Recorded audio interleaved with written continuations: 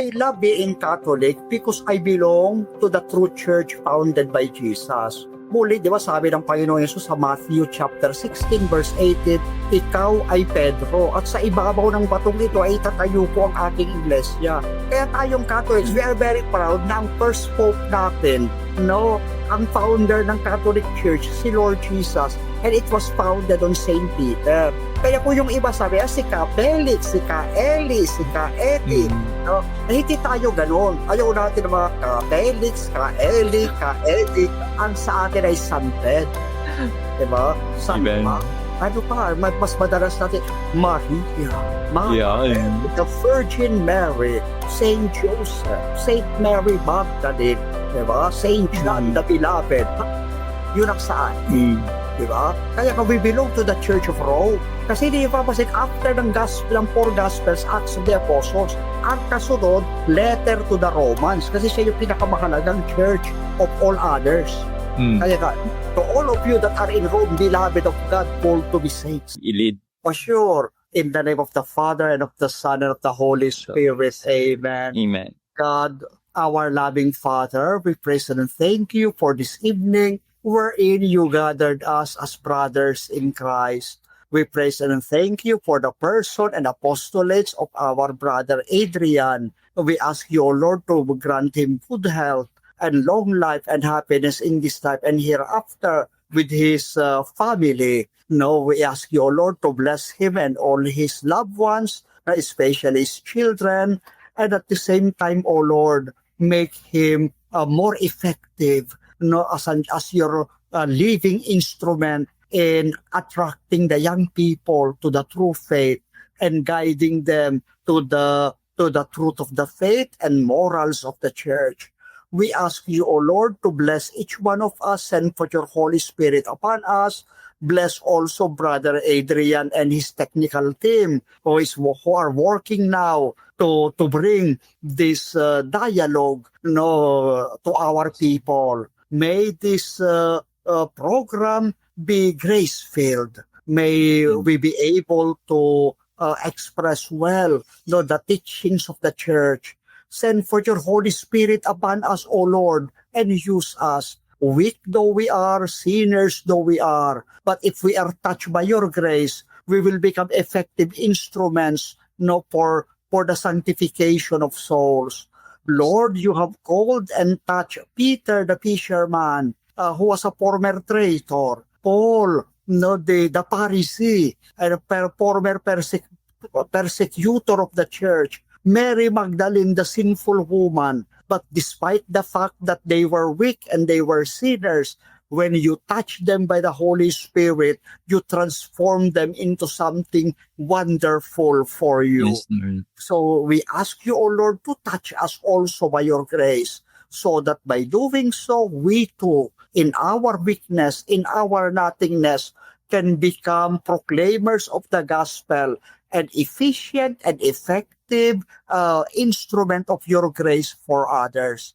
We ask this through our Lord Jesus Christ, your Son, who lives and reigns with you in the unity of the Holy Spirit, God, forever and ever. Amen. Amen. Of the Father, and of the Son, and of the Holy Spirit. Amen. Amen.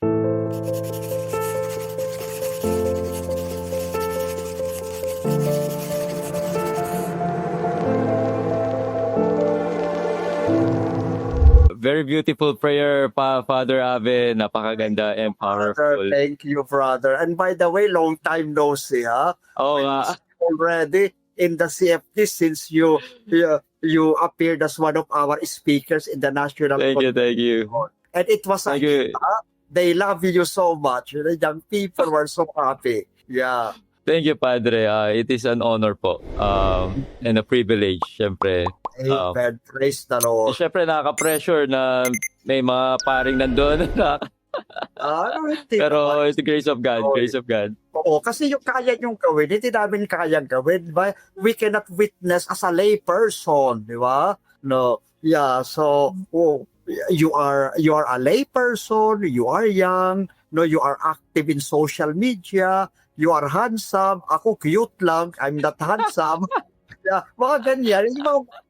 even though we are priests, there are a lot of things that we cannot do that only you, young people, and at the same time, lay people can do. Talaga invaluable ang inyong contribution, no, sa Thank you, thank you. sa apostolates of the church.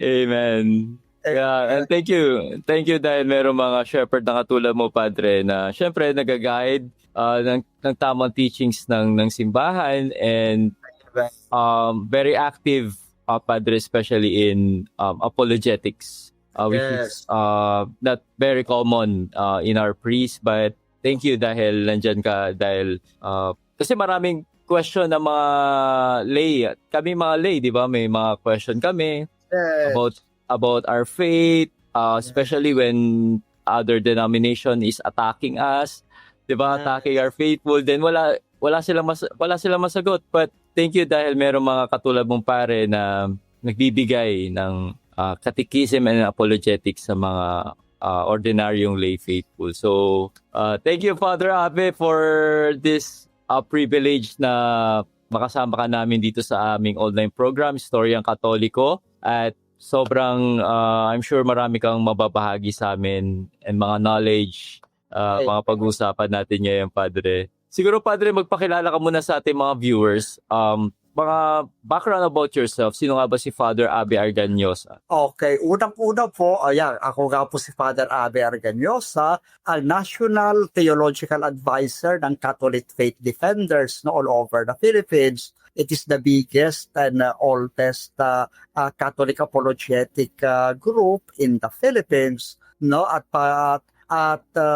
ako po'y tubong taga Bulacan, no, San Jose del Monte, Bulacan. At pagkatapos po ay pumasok ako ng seminary under the Sumascan Fathers, no, kaya mga Italian fathers ng Sumascans, no, ang aking naging mga formators. Nag-aral po ako sa Sumascan Seminary. Ay aking first course in first degree in college, yung Bachelor of Arts in English Seminary in Lubao, Pampanga. And then afterwards, sa akin pong philosophy, dyan kami dinala at nag-aral sa Don Bosco Canlubang, no, Laguna. Pero yung akin pong theology ay dyan po sa Divine Word School of Theology sa Tagaytay, no, isa sa mga pinakamalaking theology school, no, ng ating bansa. And I was very fortunate and blessed dahil when I was studying theology in Tagaytay, during that time, isa sa mga professor namin si Father Luis Antonio Tagle. No? Wow. Ay salang kardinal. Yeah. Yes. And he was really very bright since then.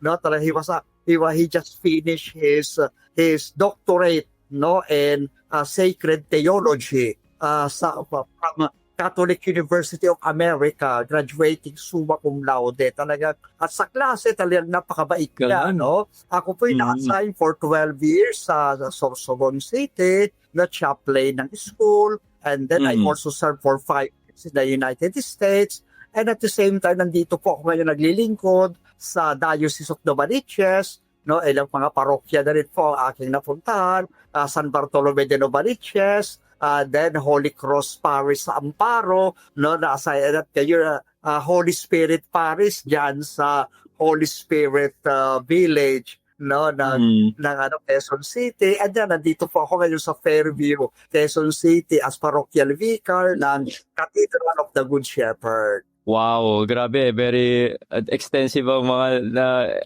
Padre, yung naging experience mo. Bali, hindi ka pala diocesan, talaga religious priest ka?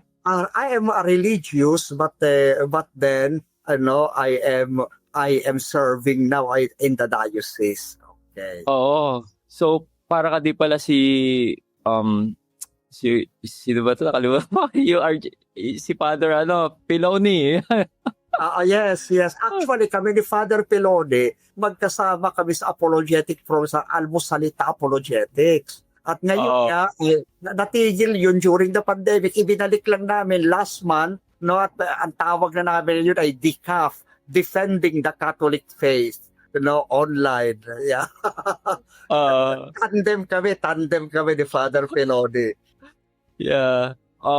kaya pala napakagaling mo, Padre, dahil naging professor mo si Cardinal Tagle, no? Sana naman nahawaan kahit ng konti. Konti lang.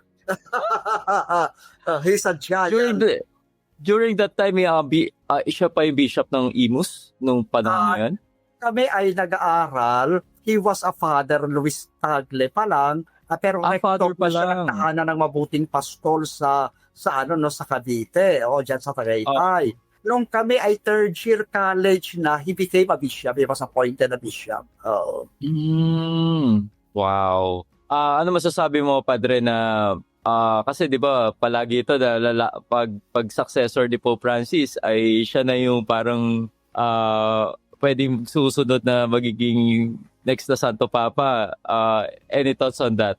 Well, first and foremost, it is really very possible kasi nga isa siya sa mga very bright, very popular, very prominent na cardinals ng ating simbahan, no, at mataas ang rango niya sa Rome. But at the same time, dapat po nating tatandaan, mga kapatid nating Katoliko, na ang pagiging Santo Papa, hindi parang politika na pwede ikampanya.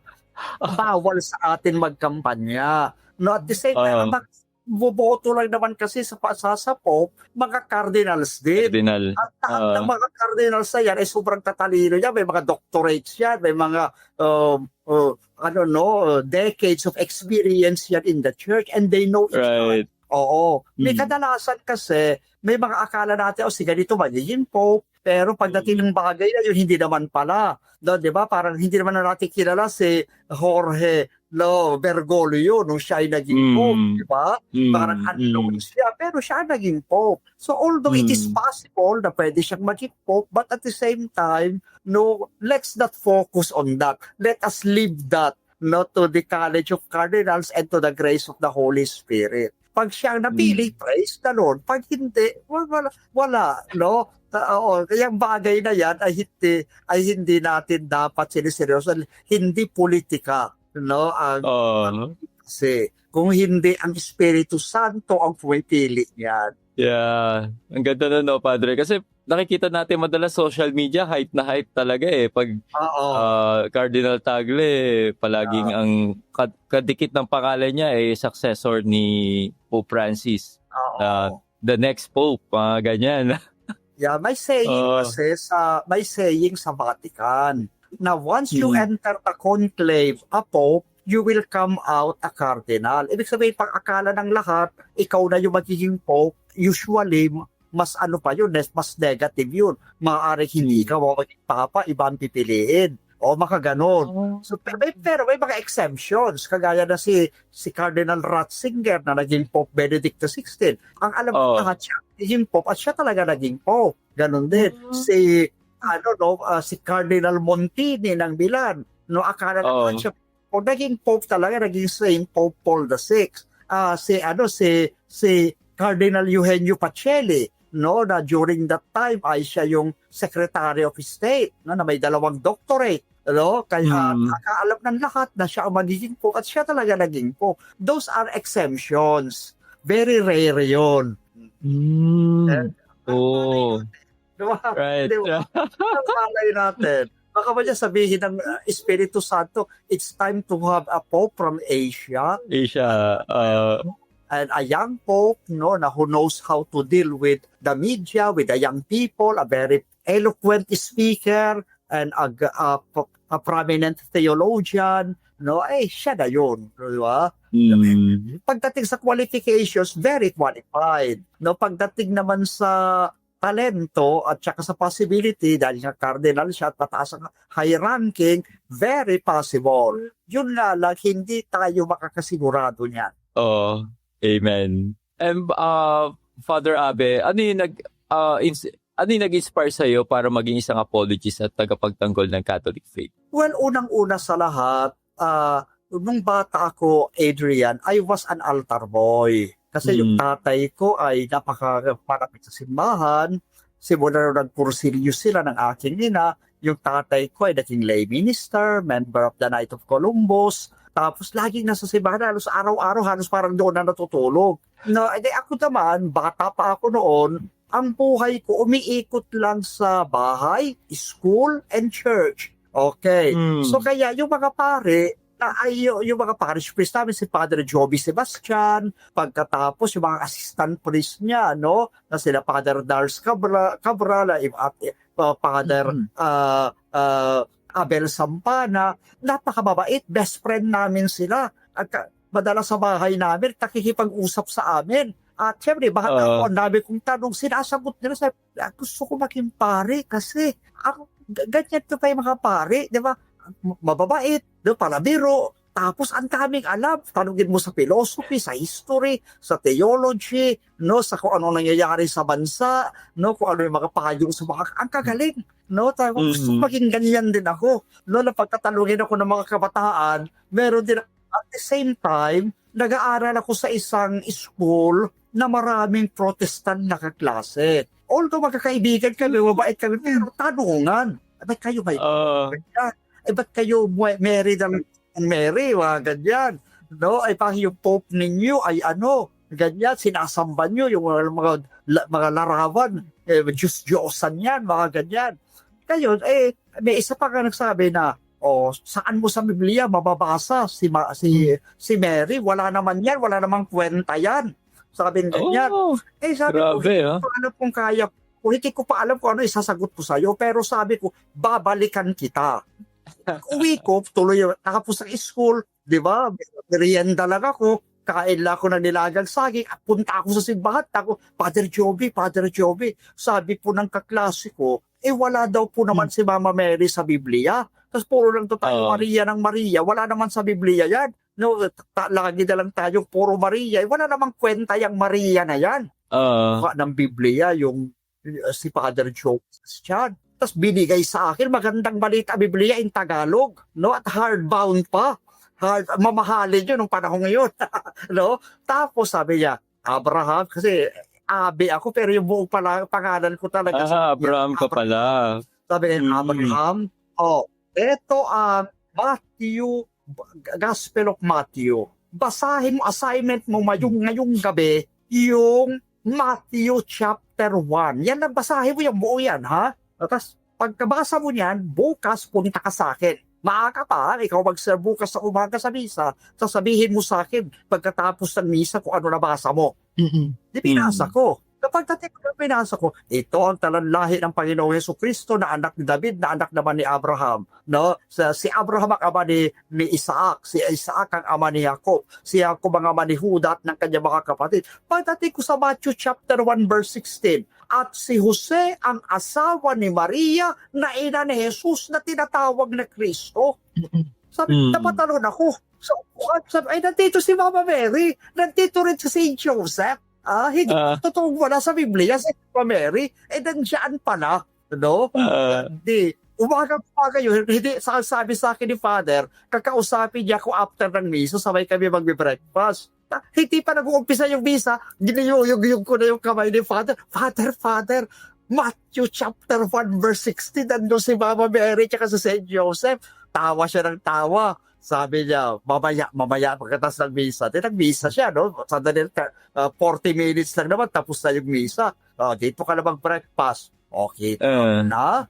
Sabi niya, pag babasa ka ng Biblia, malalaman mo kung yung claim nila ay kasinungalingan o hindi. Ngayon naman, second assignment. Mamaya, basahin mo yun, mamaya gabi, tapos ng klase mo. Huwag ka muna mag-focus dyan pag nag-aaral ka, focus ka sa lessons mo. Pero pag uwi mo, basahin mo naman Luke chapter 1. Binasa ko rin, ano, no? Luke chapter 1 verse 26, ng ika-6 na buwan ng pagdadalang tao ni Elizabeth, ang anghel Gabriel ay sinugo ng Diyos sa isang nayon sa Nazaret, sa isang birhen ng pangalan ay Maria. At paglapit ng anghel sa kinaroroonan ng Maria, ng birhen, sinabi niya, magalak ka, ikaw na totoong kalugod-lugod sa Diyos. Sabi ko, patay na, wasak, tapos na ang boxing. Kalugod-lugod daw sa Diyos si Mama Mary, yung Birheng Maria, na taga-Nasa. Kaya naman pala love na love nating mga Katoliko itong babaeng ito dahil love na love din siya ni God. Kalugod-lugod siya sa Diyos. Nung binasa ko sa klase ko, sabi ko ganyan, okay, Matthew chapter 1 verse 16, nandyan si Mama Mary, nandyan din si St. Joseph, nasan dyan si Felix Manalo? Ah, Hindi siya makasagot. INC pala yun. Oo, INC. Oh. Tapos sabi ko, bakit namin mahal na mahal ang babaeng iyan?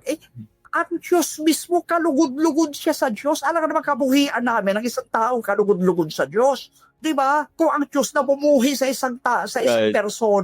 person, kagaya ni Satanas, mamumuhi kami dyan. Di ba? Yung mga Pariseyo na pinagagalitan ng Panginoon, kinamumuhian namin yan. Pero itong kalugod-lugod sa Diyos, pinagpala ka sa babaeng lahat. Sabi ni Elizabeth, pagkatapos sasabihin mo na walang kwenta yan, saan mo mababasa sa Biblia na si Maria ay walang kwenta? Ginanon ko yung kaklase ko. Siyempre, yung mga argument yan, galing doon kay Father Joby. Di ba? Huwag ka magmumura, huwag kang magagalit, huwag kang gagamit na masasakit na salita. Pero dahil tinatanong ka niya, sinisira niya ang faith mo, sagutin mo gamit yung verses. Pero magtanong ka rin. Sabi mo, wala si Maria sa Biblia. Eto, nandyan. Ako naman magtatanong, nasan dyan si Felix Manalo? Kay Maria, ang Diyos nalulugod kay Maria. Simple lang. You know, anong age ko doon during that time? Ano, Pads? Second year high school, kasi wala pang K-12 noon.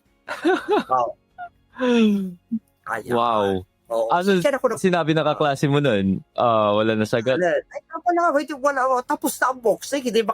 Iba na naman ang ibaba na. Diba? Sumasamba sa Diyos. Doon ako nag-umpisa. And at the same time, may radio program during that time na once a week lang, tas 30 minutes lang, yung St. Peter's Men's Society. Oo.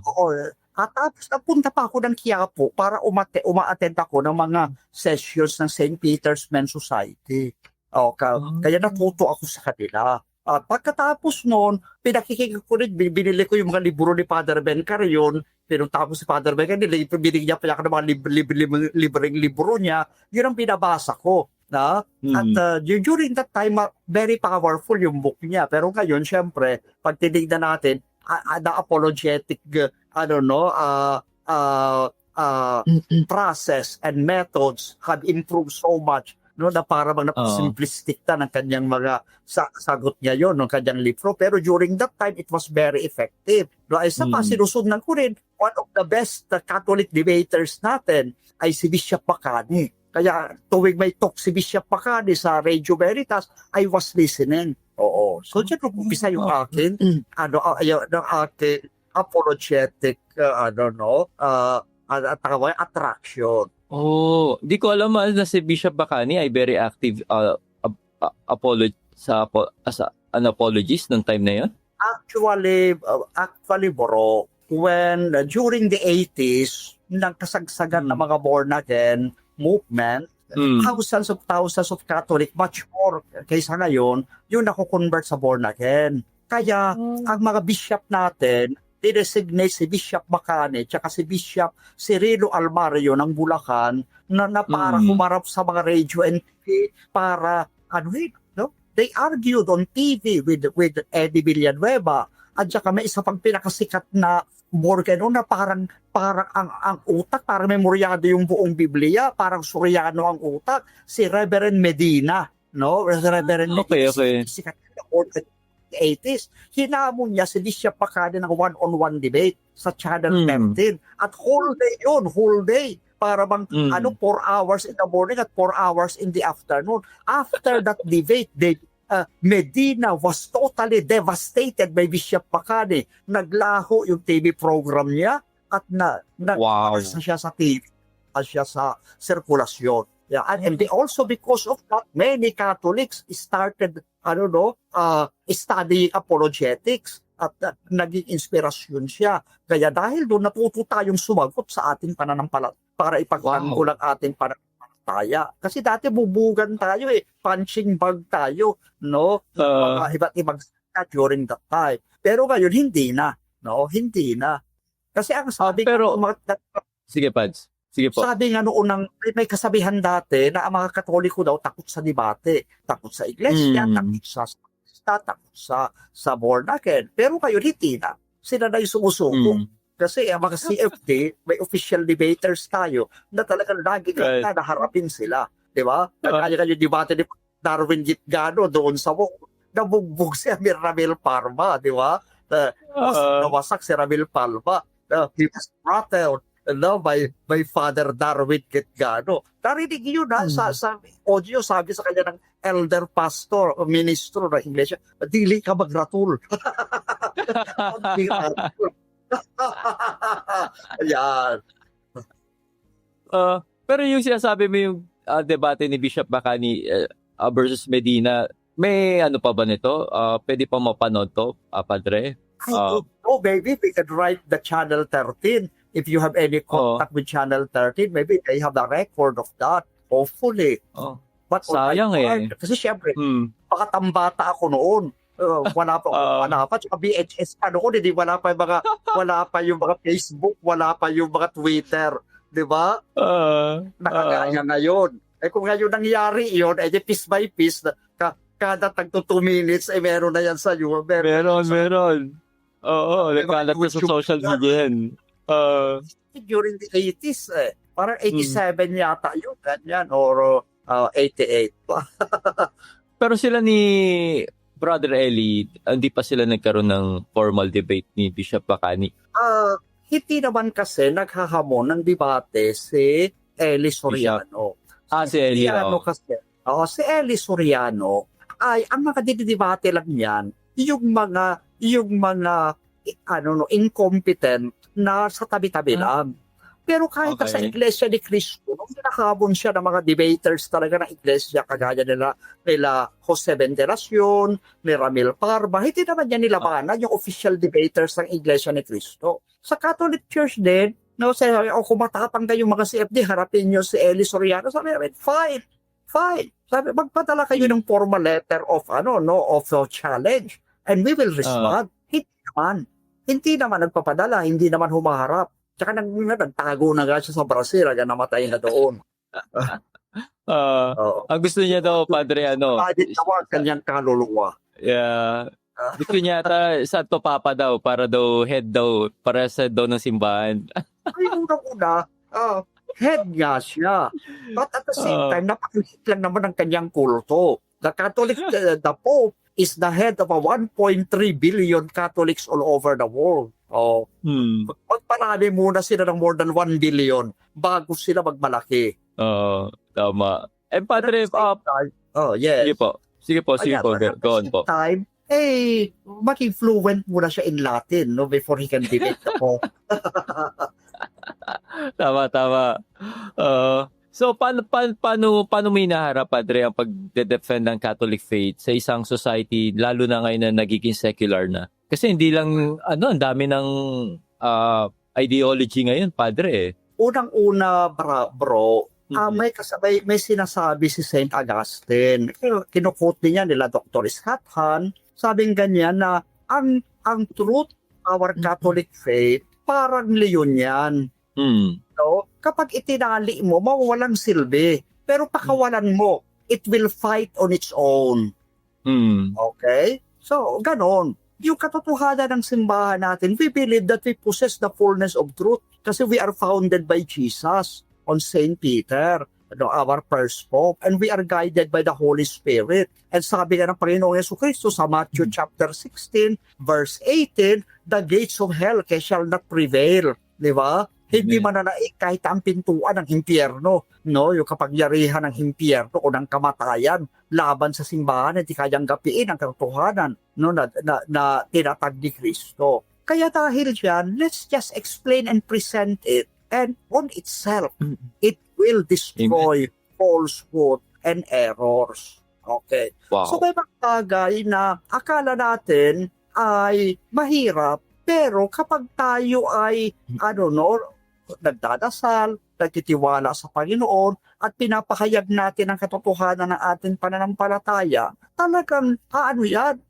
kikislap, sabi nga, darkness can never conquer the light. Diba? Amen. Kaya dahil dyan, dapat tayong magtiwala na taglay-taglay natin ang katotohanan. Yun nga lang, dapat ating pag-aralan, dapat alam natin ang katotohanan ng ating pananampalataya Alam natin yan. Malinaw nating maipapaliwanag. At kapag nagawa natin yan, then truth will conquer itself. Wow. Tama. Basta pag nasa side ka ng katotohanan, hindi matitibag talaga, no? Yes. Um, That's very true. ano yung mga conception, Padre, na tungkol about sa Catholic, yung common na tingin mo pwede mo i-share mga misconception about the Catholic faith at paano mo to pwedeng ipaliwanag sa ating mga viewers ngayon, Padre? Unang-una, di ba, madalas kasing pambanat sa atin ng mga ibang kapatid natin sa pananampalataya, alam mo, kagaya ng mga born again, di ba, sinasabi nila, Born again. na kami. Oo, born tayo. Kami saved na kami, kayo hindi pa kayo saved. Kaya, ang sabi ko kanyan, unang-una sa lahat, si Kristo ka ba para magsabi kung sino ang ligtas o hindi? Isa lang naman ang judge on heaven and on earth, di ba? Isa lang naman ihuhusga ang ating Panginoong Jesucristo. Kaya pag sinasabi, ligtas ka na, ano man lang yan? Safe adulation mo lang yan. Yabang lang yan. Di ba? Hintayin si Kristo magsabi na, ikaw, ligtas ka. Kasi baka mamaya, no, ang yabang-yabang mo yan, na sinasabi mo, ligtas ka na, alam ng Panginoon lahat ng mga baho mo, lahat ng mga kabulukan mo sa kaloob-looban. Pagkatapos, ibubunyag sa iyo ng Panginoon lahat ng mga baho mo at mga nililihim mo sa Panginoon. Di ba kagaya ni James Bogart, sikat na preacher yon, the before. Sino, Padre? Oo. Sino? Siya na si St. John Paul II, tsaka si Pope John Paul II, tsaka si Mother Teresa, mapupunta sa impyerno. Okay. Buwan lang pagtapos niyang kiniklaim niyang yan, nahuli siya ng mga pulis na may kasamang prostitute at nagsisex sila doon sa isang, di ba, sa isang hotel o something. Kaya tapos, humingi siya ng sorry, inamin niya yun kasi undeniable naman, huling-huli siya, caught in the act. Pinatawad siya, nag-iiyakan pa yung milyon-milyong followers niya. No? Kasi safe na daw sila. And then, a few months after, nahuli na naman siya with another prostitute inside his car having sex. Wow. So, nasira, di ba? So, kaya ba, hindi tayo dapat magpaloko na may ganyang pride na kami ligtas na kami, kayo hindi kayo ligtas. No? That is wrong. Sinulit yun, Padre? Sorry, Padre, sinulit yun yung binabanggit mo? Jimmy Swaggart. Oo, yan. Okay. Research na. Famous yan. Very famous preacher na napakayabang. No, napapupunta daw si Mother Teresa sa St. John Paul II sa hell. Mga gano'n. Kasi hindi sila born again. Kasi siya pala itong nahuhuli na nagmamalinis pero yung siya pala nagbabayad ng mga prostitutes for self-gratification. The sexual gratification. Very sad. Di ba? Very sad. Sa atin naman, mga scandals din tayo, pero hindi tayo nagyayabang na kami, save na kami, kayo hindi. Di ba? Sino tayo para magyabang ng ganyan? Di ba? Right. We should humble. Before God. Lagi natin sabihin, Lord, have mercy on me, a sinner. Okay. Another thing, brother, na lagi sinasabi nila, ba't kayo nagdadasal sa Maria na yan? Patay na yan. Yan mga San Jose, patay na yan. Sabi ko kanyan, teka muna. Diba yung pangako ng Diyos sa lahat ng sumasampalataya sa Kanya at maglilingkod sa Kanya ng tapat ay buhay na walang hanggan. Quote kayo ng quote ng John 3:16, "For God so loved the world that He gave His only Son, so that all those who believe in Him will not perish but will have life everlasting." Gayon na lamang ang pag-ibig ng Diyos sa sanlibutan, kaya isinugo niya ang kanyang buktong na anak upang sino mang sumampalataya sa Kanya hindi mapahamak, sa halip magkaroon ng buhay na walang hanggan. Ngayon, si Maria ba, sila San Jose ba, sila Saint Mary Magdalene, Saint Peter, Saint Paul, di ba, sila Saint James, Saint John, di ba, naging tapat sila sa Panginoon, sumampalataya sila sa Panginoon, naglingkod ng tapat. So para sa atin, buhay sila dahil yun ang pangako eh. Hindi sinabi, pag namatay ka na, ikaw ay patay. Di ba? Hindi. Wala nang buhay na walang hanggan, dapat buhay na putol-putol. Di ba? Sino sa palataya sa Kanya, pag namatay, magkakaroon ng buhay na putol-putol. Hindi ka nun yun. Di ba? Tinanong ko yung kaibigan ko, Pastor, Brother Adrian. Kasi may kaibigan akong kami mga pastor, magkakaibigan naman yan, mga pare, tsaka mga pastor, magkakaibigan. Ngayon, namatayan siya. Siyempre, dumalaw ako, no, ganyan, nakipag-usap, ganyan. Tapos, nung nagkakape na kami, sabi ko sa kanya,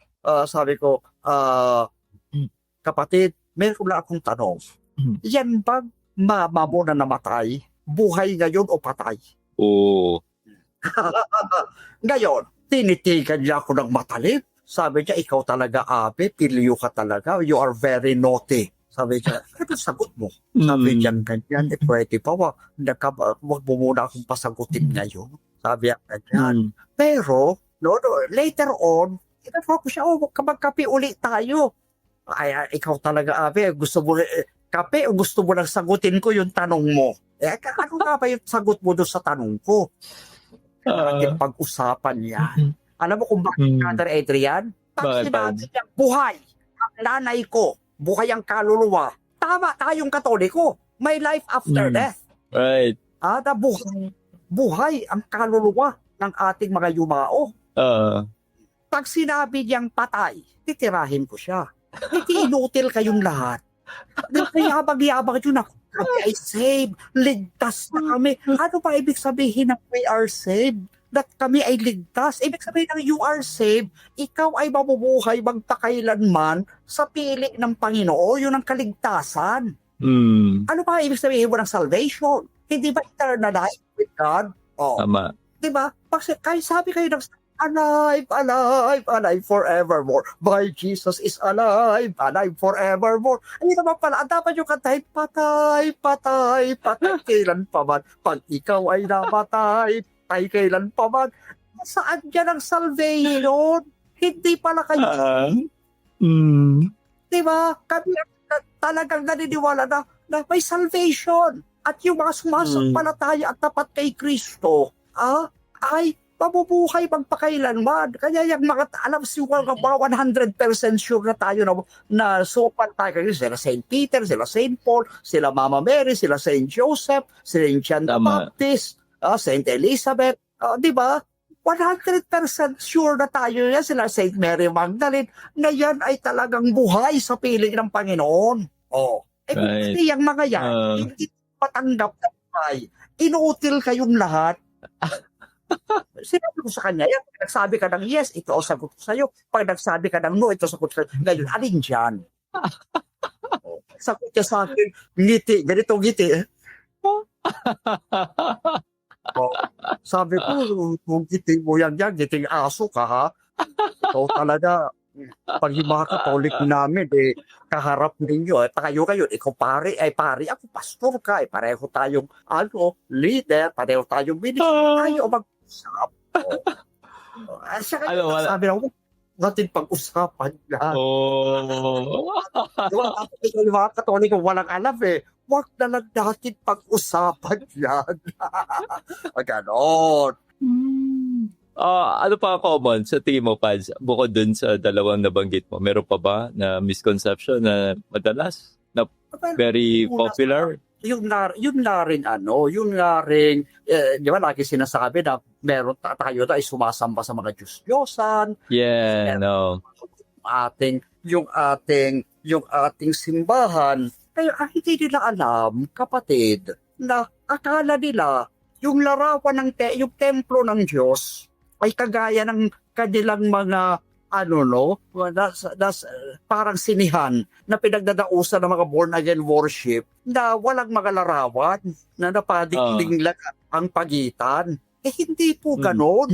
Ang larawan ng templo ng Jerusalem ay katulad ng simbahan ng Iglesia Katolika. Tad-tad yan ang larawan, taas at baba, loob at labas. O saan po natin mababasa yan? Basahin po natin dito sa Unang Hari, Unang Hari, chapter 6. Ganito po ang ating mababasa. Ito po ang title, Ang Yari ng Loob ng Templo. Verse 18, 1 Kings chapter 6 verse 18, ang magandang balita Biblia. May ukit na mga bulaklak na bagong bukad at mga tapayan ang tablang sedro na ibinalot sa pader ng templo. Sabi ba, nakaukit ng larawan ang pader ng templo. Pader yan ang templo, may nakaukit. Okay. Verse 20. 30 talampakan ang haba at luwang at taas ng dakong kabanal-banalan. At ito'y binalot niya ng lantay na ginto sa kakulay ng ating mga tabernakulo. Okay? Sa harap ng dakong kabanal-banalan nagtayo sa na isang dambana. Altar, ang English ng dambana na yan. Nayari sa tablang sedro at may binalot din itong lantay na ginto. Okay. Ngayon, sa verse 23, sa loob ng dakong kabanal-banalan, ito yung loob ng most holy place of the temple. Ito yung dakong kabanal-banalan. Ito yung pinaka-holy na lugar sa loob ng templo. Sa loob ng dakong kabanal-banalan, nagpalagay siya ng 2 kerubin, imaheng nililok sa kahoy. May mga imaheng nililok sa kahoy sa loob ng templo ng Diyos. Very Catholic. Very Catholic.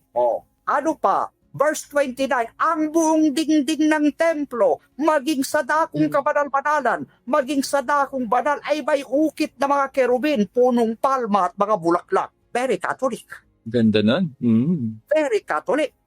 Verse 31, pentagonal ang pinto ng dakong kabanal-banalan at kahoy na olibo ang mga hamba niyon. Tablang olibo rin ang 2 panara at may ukit itong imahen ng mga kerubin, punong palma at mga bulaklak. At ang mga panatay may kalupkup na gintong kapit na kapit sa mga nakaukit na larawan. Verse 35, may ukit ng kerubin, punong palma at mga bulaklak ang mga panata at mga kalupkup na gintong lapat na lapat ang mga ukit. Very Catholic. Very Catholic. Sa lumang tipan pa lang, aklat pangalan na Exodus, na doon na yung mga dapat gamit sa tabernakulo ng Diyos, sa sanktuaryo ng Diyos. May mga kandila, di ba? May mga insenso, may mga tapayan ng tubig, may tinakapay na walang lebadura, mga ganoon. Lahat yan, very Catholic. Very Catholic. Kaya siya dati pakikita, brother. Di ba? Kapag tayo mga Katoliko, babasahin natin ang buong banal na kasulatan, mawawasak ang paninira sa atin. Ang katotohanan ay parang diyon, pakawalan mo lang, lalamunin yan ang kasinungalingan. Amen. Very powerful yun, Padre. Tingin mo bakit napakahalaga ng pag-aaral ng bilang Katoliko ang pag-aaral ng catechesis at apologetics, Padre? Unang-una sa lahat, kasi sa simbahan natin, bawal ang tanga.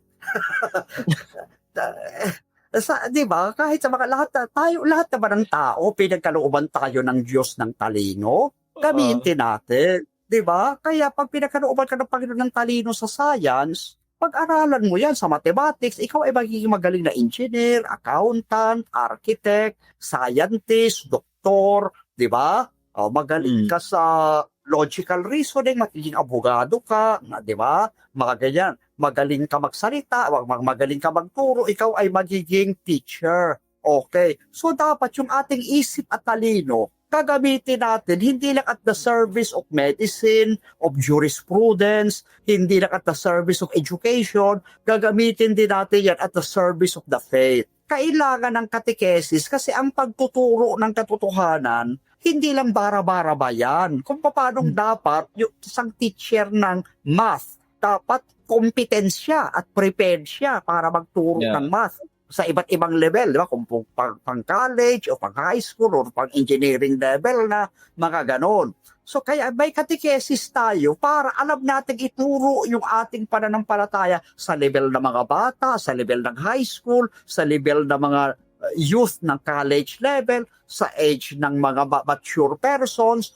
upang sa ganon systematic, reasonable, logical, at effective ang sistema ng ating pagtuturo ng pananampalataya. Kaya mahalaga yun. And at the same time, mahalaga ang apologetics kasi alam naman natin na may naninira sa ating pananampalataya. Ito sa mga hindi naninira, wala tayong problema. Yung kaibigan natin, yung mahal natin yun. Di ba? We love all people. Muslim man yan, born again man yan, iglesia man yan. Pag tahimik yan at mabait, kaibigan natin dapat lahat yan. Huwag natin naawayin yan. Pag inaaway natin, kanan. Di ba? Love your neighbor, ika nga. Wala sila, love your neighbor pag Catholic. Pag hindi Catholic, awayin mo. Love everybody. Pero kapag sila ay magtatanong sa atin, dapat may pansagot tayo. Hindi pwede sabihin, bakit ka ba naniniwala na si Maria walang bahid ng kasalanan? Ganyan, saan yan sabihin. Dapat alam kung paano sagutin yan. O sabi mo, kasi ayon nun sa Matthew chapter 28, sabi, no, Hail, full of grace, the Lord is with you. Si Maria ay full of grace. Dahil siya ay full of grace, hindi siya tatablan ng anumang kasalanan. Ikalawa, ang proteksyon ni Mama Mary ay galing sa Diyos Ama. Pinotektahan siya ng Diyos Ama laban kay Satanas. Saan natin mababasa yan? Genesis chapter 3 verse 15. Sabi ng God the Father, doon kay Satanas, kayo ng babae, lagi mag-aaway. Binhibot, binhini ay laging maglalaban. Ito ang dudurog ng ulo mong iyan at ang sakong niya, ikaw ang tutuklaw. During that time, isa pa lang ang babae sa daigdig, si Eva. At si Eva naging alipin ni Satanas dahil nagkasala siya. Pinili niyang sumunod kay Satanas kaysa sa utos ng Diyos. Sabi ng Diyos, magkakaroon pa ng isang babae na magiging kaaway ni Satanas. Hindi siya magiging alipin ni Satanas. Hindi siya matutukso ni Satanas. Hindi siya magiging alipin ng kasalanan. At ang babae yan, ang binhi niya, ang siyang dudurog sa ulo ng ahas. Sabi nga, ang bawat bata, akala natin, binhi yan ng tatay. Pero yung Mesiyas na darating natatalo kay Satanas, hindi binhi ng lalaki, binhi ng babae. Bakit? Kasi ang nagsilang sa Mesiyas ay birhen, hindi nagalaw ng sinumang lalaki. Kaya si Jesus ay binhi ng birhen, binhi ng babae. Di ba? Hindi siya galing sa sperm cell, galing sa egg cell ni Mama Mary. No, totally. Oo. Yun ang kinasangkapan ng Espiritu Santo. Kaya ang babaeng laging kaaway ni Satanas, nakakampi ng kanyang anak na dudurog sa ulo ng ahas, ay walang iba kundi ang Birhen Maria. Amen. Ganda nun, Padre. So, ano yung tingin mo mapupayo mo sa mga nanonood ngayon? Paano ba maging isang effective na apologetic in defending their faith po? Simple lang. Ang payo ko, tularan ninyo yung training at payo sa akin ni Father Joby nung ako ay high school. Kumuha kayo ng copy ng Bible, magandang balita, Tagalog, kung kayo ay English speaking, yung New American Bible na ginagamit natin sa English Mass, mga ganyan. Basahin, umpisahan ninyo doon sa Matthew chapter 1. The following day, chapter 2. Huwag yung madaliin. One chapter a day. O kahit kalahati lang. No, unti-unti, 'di ba? Kasi bago ako magtapos ng high school, brother, tapos ko na yung buong Biblia, nabasa ko na yun in Tagalog sa Magandang Balita Biblia. Okay? Kaya pag sinabi, ganitong sinabi si Kristo, parang wala yan doon 'di ba?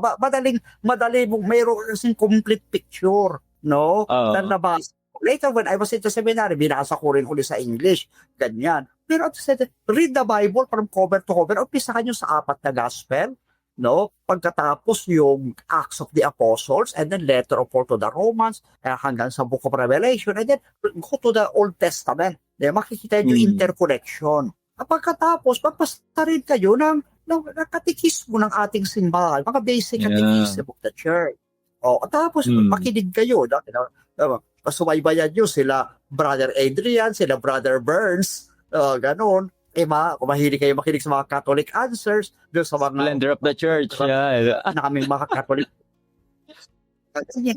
No? So you will learn. At saka isa pang ginagawa ko kasi dati, pag nakikinig ako, alam mo, nakikinig ko ng program ng Catholic Apology sa St. Peter Men Society o nila Bishop pa. Meron akong notebook na for apologetic, sinusulat ko doon. Meron pa yung topic, halimbawa, tungkol sa life after death. Ito pala yung John 3:16. Ganyan, Immaculate Conception, Luke chapter 1 verse 28, Genesis 3:15. Mga ganon. Kaya, teka muna, may tanong ako tungkol sa ganito. Sandali lang, no, babalikan kita bukas. Kasi, darating ang araw, tutulungan kayo ng Espiritu Santo, na kagaya namin, yung mga verses na yan, madali nyo na patandaan. Oo, lalo kayo mga bata ang gagaling mag-memorya ng mga telephone numbers, no? Miss, ano yung number mo? Isang dinig lang, alam na kagad. Kaya pag ginamit nyo yung talento nyo yan sa chapters and verses, madali rin lilitaw sa inyong isip ang chapters and verses. Pero, baka kung mangyari yan, di familiarize with the Bible. Have a note, no? Isulat nyo yung note. Read the Bible carefully. Meron na akong Bible na pang apology. Talagang may mga coloring pa siya, brother. No? May mga coloring pa. So, halimbawa, kagaya niyan. May mga ganyan. May mga coloring. May sulat pa. Ang topic ay general topic, kulay yellow. Pag tungkol sa salpik, green. Pag tungkol kay Mama Mary, kulay blue. Pag yung talata, ginagamit ng mga borda, ng mga na umatake sa atin, kulay red. Kaya isusulat ko na sa tapat nung kung ano yung verse na panlaban dun sa verse na yon. Mga ganon. So it's a question. Wow. Sabi ko, be prepared in going to battle. Huwag kang lalaban sa gera na hindi ka handa. Huwag ka magmaneho ng sasakyan na hindi ka nag-training ng driving. Mamamatay ka. Pag ikaw ay sa kalaban na wala kang kaalam-alam, mapapahiya ka na kasi papahiya mo lang ang buong simbahan. Diba? Magpapakita ka lang yan ng kamangmangan. Pero be prepared and release the truth. Release the truth and it will be a lion defending you and destroying the enemies of the faith. Amen. Empads, meron ka bang ikaw ba, may experience ka ba na nakapag sa isang formal debate? Meron bang ganon na lumaban ka sa isang formal debate? Kasi when I was in Yes, kasi when I was in Sorsogon, merong radio station na tuwing Ash Wednesday, iniimbitahan yung iba't ibang religion ng mga pastor at mga ministro para mag-usap-usap tungkol sa faith. Tapos tatanong yung mga tao live, no? Okay. Yes. Sabi sa akin na isang pare, Father Abe, nag-i-invite dito na magpadala daw tayo ng pare. Wala namang gusto pare na gusto umakin dyan kasi yung mga pastor yan para encyclopedia dyan ng Biblia. Ikaw yung mahiling dyan sa apologetic. Ikaw ba gusto mo? Sige, sure. Ano yun 4 na taon yun na sunod-sunod. We were debating, no? I was there. I defended. Meron isang paso sabi, itong mga Romanong Katoliko, hindi na kayo nahiya, kayo ang nagpapatay kay Kristo. Ay, common yan, no? Kayo maging saksing sinungaling. Si Pilato po, hindi Katoliko, yan ay pagano. Sabi ko kanya. Yung Sanhedrin, yan ay hindi mga Katoliko. Yan ay Pharisaic Jews. Kaya sabi ko, bago po kayo magsalita, wala po munang kasinungalingan. At ngayon, gusto kong basahin sa inyo yung sinasabi ni San Pablo sa mga Kristiyano na nasa Roma, na ganito po ang ating mababasa sa Romans chapter 1, no? Verse 6, kaya 8, ganito. Nasa pamamagitan niya ay tinanggap namin ang biyaya ng mga ng pagka-apostol sa pagtalima at pananampalataya sa lahat ng mga bansa dahil sa kanyang pangalan. Sa mga ito naman kayo, ay tinawag kay Jesucristo. Verse 7, sa lahat ninyong nasa Roma, mga iniibig ng Diyos, tinawag na maging banal. In English, called to be saints. To all of you that are in Rome, beloved of God, called to be saints. Sumainyo nawa ang biyaya at kapayapaan mula sa Diyos na ating Ama at Panginoong Jesucristo. Verse 8, kauna-unahan ay nagpapasalamat ako sa aking Diyos sa pamamagitan ni Jesucristo tungkol sa inyong lahat na ang inyong pananampalataya ay bantog sa buong mundo. Ano ang pinakamalaking Christian church? Ano ang pinakasikat na Christian church? Ano ang pinakanaganap sa buong mundo? Ano ang pinakanauna? Ang Church of Rome. Kaya kahit na Pilipino tayo, Brother Adrian, we are Roman Christians because we belong to the Church of Rome. Because the bishops of the Philippines are in full communion with Francis, the Bishop of Rome. So we are Filipino Catholics and Roman Catholics. Roman Christians. At ano ang sabi sa mga taga-Roma? Mga minamahal ng Diyos, tinawag para maging mga banal, called to be saints. That's why we have saints. Okay. So, sabi kong ganyan, bago ka manira sa mga Romanong Kristiyano, no? At sasabihin mo kami nagpapatay kay Kristo, tanungin mo na kung Katoliko, si Pilato, at si Anas, at si Caiaphas. Sabi ko, ito lang ang masasabi ko sa iyo, Pastor, sinungaling ka. Matahimik.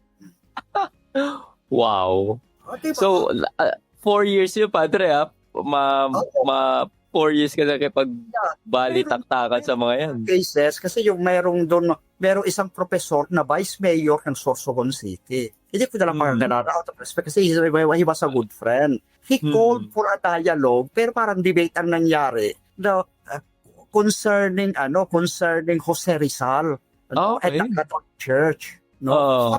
Yeah, it became a heated debate. Tapos nagkaroon pa ako ng debate din on radio naman, live, sa vice governor din ng Sorsogon tungkol naman sa RH bill. Tungkol sa RH bill, live yun. Oo. Ngayon, ito sabi ganyan, ang nagpapatay kay Rizal ay makakatoliko. Sabi ko, hindi totoo yan. Okay. Oo. Sabi ko, ang nagpapatay kay Rizal ay hindi ang Catholic Church. Sabi ko, kung hindi gobyerno ng Spain, at during time, mag-asun pa nga yun na mamahala doon. No? Sabi ko, kaya kasinungalingan yan. But in fact, si Rizal, bago namatay, nag-retract, nagkumpisal siya, kinasal pa sila ni Josephine Bracken. Yes. Na nakatabi niya, bago siya patayin, yung kapatid niyang kuya niya, at saka 2 paring Heswita. Sabi kong ganyan. Kaya yan. At saka isa pa, pag nagpunta ka sa dapitan, nakalagay doon, no, sa mayroong national declaration, yung National Heritage Commission. Nandito sa simbahan ito, nagsisimba si Rizal. At dito sa pwestong siya laging nakatayo tuwing siya ay magsisimba. At pagkatapos, kaya isa dapitan pa lang, converted na si Rizal, bumabalik na siya sa Catholic Church, nagsisimba na siya. Dapitan pa lang. Nandun yan, punta ka na dapitan, Brother Adrian. Tapos yung sugat ni Rizal sa nanay niya, nakandado sa museum, sa dapitan. Ngayon po ay December 25. Kami po ay nag-celebrate ng Christmas dito. Nag-celebrate na siya ng mga Catholic feast. Celebrations. Tama. Kaya Catholic siya. Siya pa nga nag-design ng simbahan doon, ng altar ng simbahan doon, siya pa nga nag-design. Kaya dyan natin makikita. Isa pa, sabi kong ganyan, si Rizal hindi anti-Catholic. Kasi hindi niya lang tinira yung mga kasalanan ng mga paring, mga praile. Tinira niya rin ang kasalanan ng mga Pilipino. Diba? Tinira niya yung Pilipino sa Cristian Mayor, tinira niya si Doña Victorina, tinira niya si Kapitan Tiago, tinira niya lahat ng mga makasalanan at mga walang hiya at masama nung panahon iyon. Kay Pilipino, kay pare ka o hindi pare, babae o lalaki, no? Kapag walang hiya at masama, tinitirahin ka ni Rizal. Ibig sabihin, ang kalaban ni Rizal, kasamaan. Take note, isa pa, sabi kong ganyan, nakalagay doon sa dedication message ni Rizal doon sa Noli Me Tangere. Alam mo kung kanino yan yung dinedicate? Sa Gumbursa. Sa Gumbursa.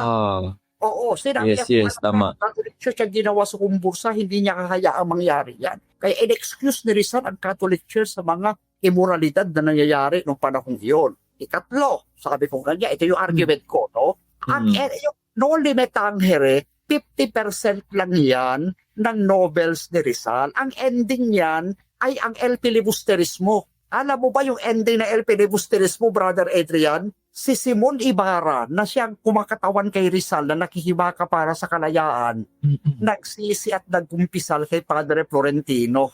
Ang huling hero ng El Filibusterismo, Filipino Catholic priest. At yung kaya bawal ng kiyamanan ni Simon Ibarra na sumisimbolo sa future ng Pilipinas, no, ng kalayaan ng Pilipinas, inintrega niya hindi sa mga mason, inintrega niya kay Padre Florentino. At alam mo kung anong ginawa ni Padre Florentino dun sa alahas, sa mga kabanang alahas at ginto, itinapon sa dagat. Ibig sabihin, may pari na hindi kurap. Yun ang ending ng El Filibusterismo. Napag-aralan ko yung binabasa ko yan, third year high school namin subject, ang Noli Me Tangere at El Filibusterismo. Tama. High school. Pati yung mga Shakespearean poem, to make peace fit, nothing else it will fit my revenge, mga ganyan. To be or not to be, that is the question. Di ba gano'n, Shakespearean declamation ng high school. Tsaka yung Noli Me Tangere at El Filibusterismo. Pinag-aralan namin yan, high school. ko pa lang. Kaya sabi ko, wag po kayo magsisinungaling. Tapos sabi na si Rizal ay anti-Catholic. Yes, talagang tinira niya yung mga kasalanan ng mga praile. Tinira niya rin ang kasalanan ng mga Pilipino. Tinira niya rin yung mga babaeng malalandi na maarte, na feeling Espanyola kahit Pilipina na kagaya ni Doña Victorina. Tinira niya, di ba, yung sakristan mayor na pumapatay, di ba? Pumatay Oo. yung di ba? Lahat yan, tinira niya. Pati mga sip-sip sa mga Espanyol, tinira niya, mga makapili. Tinira niya. Di ba?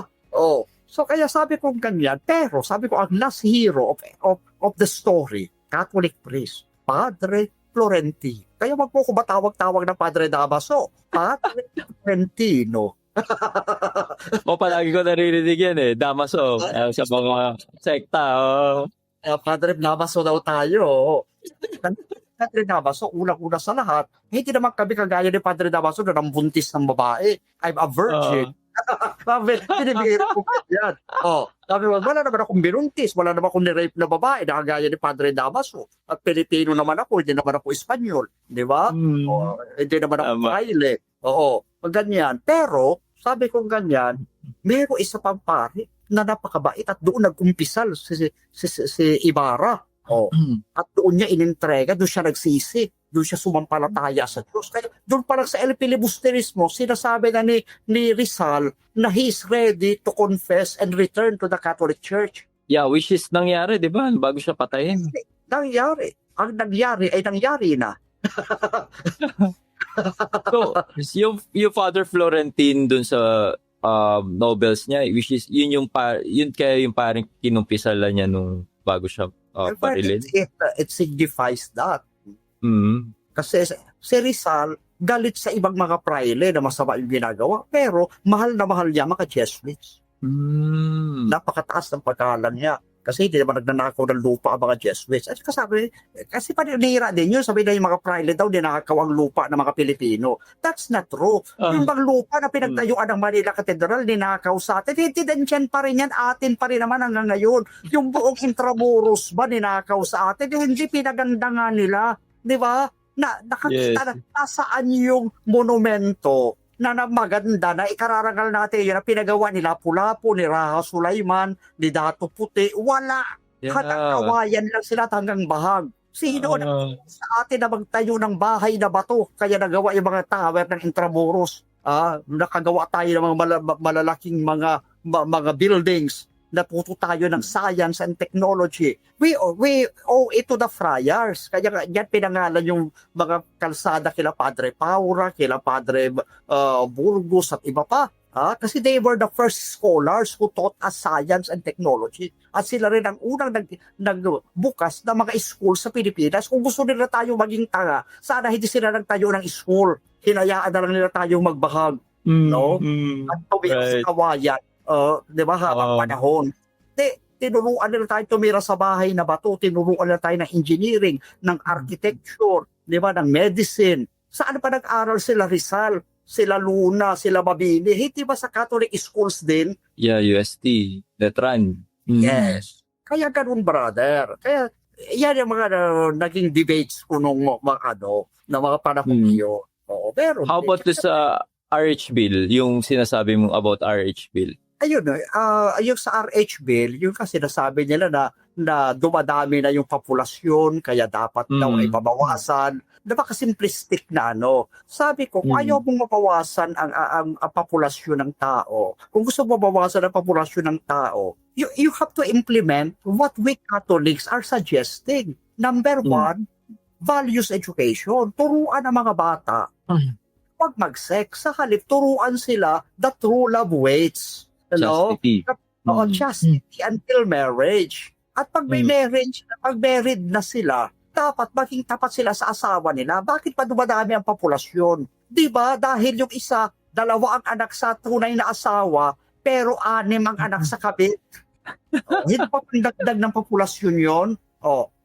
Kasi na yan, na maraming anak sa kabit nila, tapat sa asawa nila, di sana ang daming bawas sa populasyon. Kayo ang nagpapadami ng populasyon, hindi ang Catholic Church. Kasi we are teaching young people the virtue of virginity until marriage.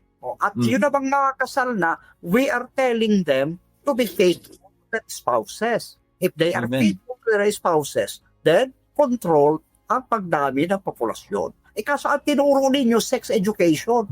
May mga demonstration pa paano ilagay ang condom dun sa talon. Condom. Oo, mga ganyan. So ano nangyari?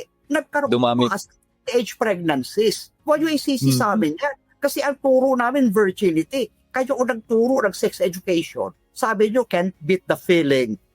Imposible ang self-control. Anong ginawa? Namuhay na parang hayop na ginawa na lang ng ginawa yun. Kaya kaldag ng kaldag sa TikTok.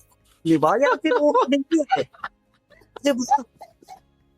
Yung mga ibang mga bata doon sa Japan, sa ibang sa Singapore, nakakagawa ng mga robots, nakakagawa ng mga computer, nakaka-invento ng kotse. Sa atin, ano yung pagmamalaki natin? Kaldagan. Diba? Kasi tinuro ninyo eh. Sabi ko, diba, if you want the population to diminish, you have to teach self-control to our young people and to teach them the virtue, chastity, of virginity, of purity of their body. Modesty. Modesty, di ba? Baka ganon. Tapos sabi niya, ano daw, yung daw abortion talagang masama kasi pagpatay ng bata, buhay na yung bata, papatayin. Mali talaga yon. Sabi ko, very good. Order talaga yon. Pero yun daw naman daw, pills, tsaka yung condom, wala na pa naman daw bata. No? Okay. Tama yun. So, masama ang pumatay ng buhay. Kagaya kayo, abortion, direct killing yun. Yung barilin mo yung tao, saksakin mo yung tao, lasunin mo yung tao, direct killing yun. Pero hindi lang yun ang masama. Pag ang isang buhay, you prevented life to be formed, masama pa rin yun. Halimbawa, kunwari, sabi ko sa kanya, kunwari, Vice Gov, hindi kita patayin. Pero itali kita na hindi ka makakain ng 1 linggo at namatay ka dun sa pinagkakatalian ko. Hindi ka kita pinatay, hindi kita sinaksak, hindi kita nilason, but I prevented you to live. That is evil. Di ba? Halimbawa, pasabugin ko yung Angat Dam o Lamesa Dam na pinagsusuplayan ng tubig ng buong Metro Manila. Milyon-milyon hindi makakain ng tubig dahil pinasabog ang dam. That is evil. Hindi ka natin sila pinatay, pinagbabaril. Pero we prevented them to drink. That is evil. Bakit ganun masama yung contraceptives? Hindi nga direct killing yan, but it prevents the formation of life on natural process. Wow. And makita naman natin, Padre, nung napasa yan, hindi rin naman nila napigilan ng pagdami ng population, di ba? It's useless. It's useless. Lahat naman sila pinangako na bababa yung populasyon, tapos matitigil yung teenage pregnancy, bababa yung mga HIV cases, kasi nungalingan. Lies begets lies. At yan din yung sinusulong nila sa divorce, di ba? Padre, yung dinedefend nila to protect daw the abused women, ganyan-ganyan, which is nakikita naman natin sa West. Yeah. Unang-una, brother, kapag ang isang lalaki binubugbog ang asawa niya, dapat ipakulong yan at ipasaykayatrist. Diba?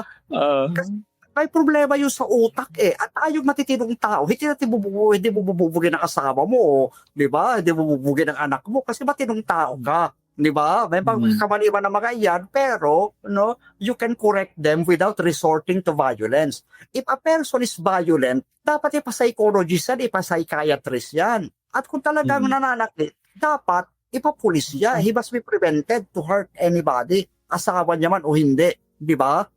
Hindi siya dapat bibigyan ng divorce. Kasi yung pabigyan mo siya ng divorce, may punching bag number 1 na siya, magkakaroon pa ulit siya ng punching bag number 2. Hindi pa rin yung kanyang psychiatric problem, hindi pa rin nawawala. Violent pa rin siya in his mind and heart. Kaya yun ang dapat i-correct. Hindi nalulutas ang solusyon. Kailan pa naging solusyon sa abuses ang divorce? Paano kung sabihin natin, paano naman yung mga rapists? Bigyan din natin sila ng divorce. Titigil na ba sila sa man-rape? Yung murder, yung magnanakaw, bigyan mo ng divorce, titigil na ba yung sa pagnanakaw dahil may divorce siya? Hindi, magnanakaw pa rin yun. Di ba? Right. Bigyan mo ba niya ng divorce? Palamura pa rin yan. Ang pag-attack, Correct. masama ugali, bigyan mo ba niya ng divorce, masama pa rin ugali niyan. Di ba? Yeah. Dapat tignan yung problema at bigyan ng solusyon ng problema. Baka ulit pala, ipasaykayatrist yan para ma-process. Separation muna, no? Para muna, para matigil yung pambubugbog. Para matigil. Kasi Basic. ang common kasi, Padre, din na nakita ko, sabi na ang annulment daw process sa Pilipinas matagal. Pinadali-dali po process yung sa Catholic Church. Okay? And at the same time, ano na yan? Hindi naman kasi pwedeng madaliin ang mga bawat bagay. Ang pagpapakasal naman, hindi madali. No? Matagal yan, no? Sipan. Kasi sabi nga, may kasabihan nga tayo, yan ay napakahalagang bagay na hindi naman dapat na ano na lang, para ba nagpapalit ka lang ng damit. Okay? Kasi Tama. para bang ayaw mo na sa asawa mo, papalitan mo, i-divorce mo, ayaw mo na naman pagkatapos sa isang taon, papalitan mo na naman. Eh di para silang aso na palit ng asawa. Kaya ka tayo tao kasi kaya ka mayroon tayong selos kasi gusto natin ng fidelity and exclusive love na taglay natin sa ating puso. Kaya bago tayo magpakasal, dapat pag-isipan ng mabuti. Dapat kinikilala na magkasintahan ng isa't isa. Dapat may process of courtship, may process to getting to know each other, at pagkatapos, siguraduhin na talagang mahal nila ang isa't isa. Okay? May ano nga dyan, Padre, na buti pa daw mga agila loyal Loyal sa partner. Yeah, kapag ang agila, tao man yan o kapwa nila agila, pag yun ang naging partner na nagpapakain sa kanila, they will never eat without that one, without that partner. Oo, talaga. They are faithful. They are faithful. So, kaya napakahalaga nun. Klaro na tayong tao. Di ba? Amen. Padre, ano naman tayo sa Marian devotion? Bakit sa tingin mo na very important ang Marian devotion sa ating Catholic faith? Well, unang-una sa lahat kasi, tayong mga Katoliko by nature, close family ties. And at the same time, tayong mga Pilipino, napakataas ng paggalang natin sa mga kababaihan. We respect and treasure so much and appreciate so much and we love so much our women. Yan man ay lola natin, nanay natin, kapatid nating babae, mga auntie natin, kaibigan nating babae, we respect them so much. And at the same time, we love Jesus so much. We want deeper relationship with the Lord. And so because we want deeper relationship with the Lord, we also gain deeper relationship with Mama Mary. Ganito, Brother Adrian. Kapag halimbawa may kaibigan ka, kayong dalawa lang magkaibigan. Pare magkaibigan tayo. Mababaw na friendship pa yan, brother. Pero pag sinabi mo, pare, ipakikilala kita sa birthday ko, punta ka sa bahay namin. I will introduce you to mom and dad. I will introduce you to my mom. Okay, sabi mo, ma'am, ito po best friend ko ito. Ito po parang kapatid ko ito. Please, i-treat him as a brother to me. Ano sasabihin sa'yo ng nanay niya, anak? Dahil best friend ka ng anak ko, anak na rin ang turing namin sa iyo. Huwag mo na akong tawagin tita, tawag mo sa akin mama rin. At welcome ka rito sa bahay. You are free to eat here, to sleep here. Magkwentuhan kayong dalawa dyan na mga best friend. Kumain ka dito. You are always welcome kasi anak ang turing namin sa iyo. Kaya pa nakita mo ang nanay ng best friend mo sa kalsada, hindi mo siya hello tita. Hindi sabi mo, hello mami, hello mama. O nay, saan po ang tugo ninyo? Nasaan ito? Ganyan. I'm so happy to see you. So yung best friend, yung nanay ng best friend mo is your mother also. Kaya tinatawag natin si Mama Mary na Mama Mary because Jesus is our best friend. That is a manifestation of our deepest and greatest and strongest relationship with Jesus. Sinasabi ng mga born again na, hindi mahalaga yung religion, hindi mahalaga yung si Maria, hindi mahalaga yung ibang bagay. Me and Jesus, relationship with Jesus alone, kaipokrituhan na relationship yan. Kung talagang si Jesus ay malalim ang relasyon mo sa Kanya, dapat ang nanay niya, nanay mo rin. Wow. Ganda nun, Padre. Very Ganda na explanation mo doon. Mm. Alam mo, brother, during the National Convention na nandoon kayo di ba kayo speaker ni Brother Burns, Mm. di ba? Mm. Um, Yes po. nung habang kumakain, no, dumating yung nanay ni Brother Burns. Tumayo ako, tumayo ako. Tapos, dahil sa nanay pa ni Brother Burns, I talked to to his mom. Sinabayan kong kumain, nagkwentuhan kami, no, may sharing kami. I treated the lady, at tama ko, nanay, mama, puti po nandito kayo, thank you for coming. Si Burns po, ay may mga kausap pa, nagpapicture pa, dami, basta ganyan ang anak, pag gwapo, marami nagpapicture. Di ba? Para ikaw, dami-dami nagpapicture sa inyo. Ganon. Sabi kong ganyan, dito, ang tawag ko sa mama ni Brother Burns ay mama rin. Mami rin. Kasi, kaibigan ko si Brother Burns Di ba? Sakaling makita ko yung mami mo, yung mama mo, I will treat that lady with so much respect kasi kaibigan kita. Hindi ko pwedeng sabihin na, yung nanay ni Adrian, walang kwenta yan, wala namang halaga yan Di ba? Nasira na ang friendship natin yan. Di ba? Walang hiya naman ng tao ngayon. No? Sabihan ba naman yung mother ko na wala daw kwenta? Di ba? Sabi me and Jesus alone. And then, hindi namin kailangan ng ibang tao. Me and Jesus alone. We want relationship with Jesus. That is hypocritical. And that is highly questionable in a human term. Kasi kapag ang isang tao, tunay na kaibigan mo, ang pamilya niya, pamilya mo rin, malapit ka rin sa magulang niya. Wala namang asawa si Jesus. Mother. Kaya Papa Joseph and Mama Mary sa atin. O, diba? Ang common, Padre, kasi bakit pa daw kailangan magpadaan kay Mama Mary ng dasal? Pwede naman direct to Jesus naman. Bakit kailangan pa nila si Eddie Villanueva? Bakit kailangan ba yung mga pastor? Di sana direkta na lang sila kay Jesus. Ba't pa sila nagpapakatungo ng kamay sa mga pastor nila? Hindi ba makasalanan ng kamay ng pastor nila? Pinagpuna sila pastor ng kamay sa ulo. Yung pala, the night before, nag-masturbate yun. Di ba? Nakaganyan.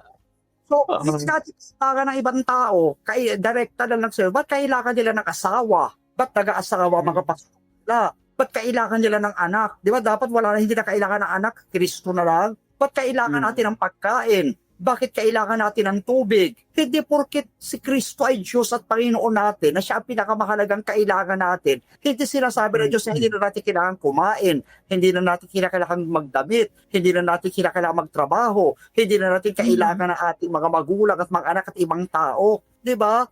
So, hindi nawawala yun.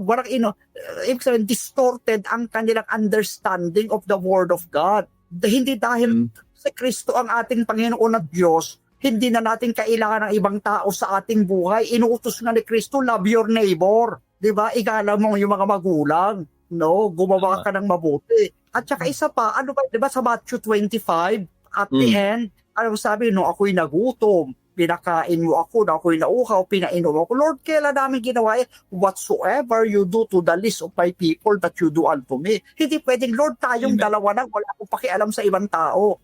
Okay? At sabi na natin kanina, sila Mama Mary, buhay yan, nasa langit yan. Kasi sumampalataya sila ng tapat kay Kristo. And therefore, they are very powerful intercessors to God. The prayers of a righteous person is very powerful. James chapter 5, verse 16. Amen.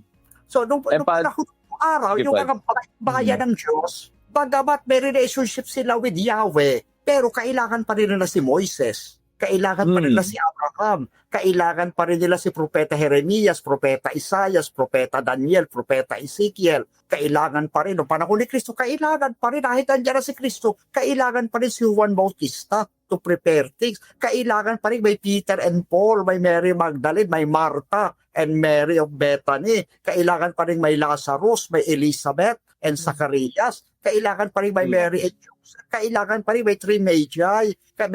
Kailangan pa rin na mayroong Nicodemo. Kailangan pa rin na mayroong baka ganyan. Hindi porket kailangan si Jesus ang Panginoon at Diyos, hindi na mahalaga si Paulo, hindi na mahalaga si Pedro, hindi na mahalaga si Maria Magdalena. Hindi, walang sinabing kanya ng Panginoon. Sa kanya nakasulat sa Biblia na dahil si Kristo ang ating Diyos noon, hindi na natin kailangan ng ibang tao sa ating buhay. Yan, it destroys the real teaching of Christ. We are a community of saints. We are a body of Christ. Ang tawag nga sa simbahan, sa Biblia, sabi ni St. Paul, the church is the body of Christ. We are one body. Even though we are many, we are one body because we partake of one bread, no, of the Lord Jesus. Amen. And Padre, madalas din to na kung paano mo explain sa isang non-Catholic ang mga Marian apparition. Minsan dito nila tayo binabatikos din. Okay. Ang Marian apparition, brother, ay meron basihan sa Biblia. Hindi ko alam yan. Biblical yan. At in fact, ang kauna-unahang Marian apparition na isulat sa Biblia. At ang unang-unang nakakita ay si Saint John the Beloved na sumulat ng Ebanghelyo at sumulat ng aklat ng pahayag. O saan natin mababasa yan? Basahin po natin itong aklat ng pahayag, chapter 11. Ito yung closing, no, ng chapter 11, verse 19. Nabuksan ang templo ng Diyos sa langit, ha? At nakita ang kabanang tipan. Na yung Ark of the Covenant na nawala nung panahon ni Propeta Jeremias ng Babylonian captivity, na sinalaki ng Babylonia yung Israel, binakasak yung templo, tinago ni Propeta Jeremias sa Mount Nebo ang Ark of the Covenant at hindi na nakita kailanman. Sabi ni Indiana Jones, nakita doon sa movie, pero movie lang yun. Sa tunay na buhay, hindi na nakita. Pero sabi ni San Juan, nakita niya nasa langit, bukas ang langit at tando ng kabanang tipan. Pagkatapos ay gumuhit ang kidlat, duwagundong ang kulog. Narinig ang malalakas na mga naingay, lumindol at umulan ng yelo. Ito kayo ng kasunod, brother. Revelation chapter 12 verse 1. Sabi ito, kasunod nito'y lumitaw sa langit ang isang kagilagilalas na tanda, and there appeared in heaven a great sign. Yun, doon nagmula yung word na apparition, nag-appeared in heaven. At isang tanda, isang babaeng nararamdaman ng araw at nakatungtong sa buwan. Ang ulo niya ay may korona, tubuo ng 12 bituin. Sabihin yung babae, nararamdaman ng araw, sabihin, purong-purong siya ng kapanalan. Nakatungtong sa buwan, sabihin, hindi siya Diyos kasi yung buwan, kumukuha lang ng liwanag sa araw. May korona ng 12 bituin, say, reyna siya. Ha? Bakit 12? Yung 12 tribo ng Israel. Yeah. Siya ang reyna ng Israel. 12 yung patriarch ang anak ni Jacob na pinagbulan ng 12 tribo, kaya Queen of Patriarchs. 12 din ang apostol ni Kristo, kaya Queen of the Apostles and Queen of the Church. Okay? Ngayon, ano yung palatandaan na si Mama Maria na lumitaw sa langit? To sa verse, at ang babae nagsinag ng sanggol na lalaki, at umagaw sa bata at dinireto sa Diyos sa kanyang trono. Ang sanggol na ito ang nakatakdang maghahari sa lahat ng bansa. Sa Nawala.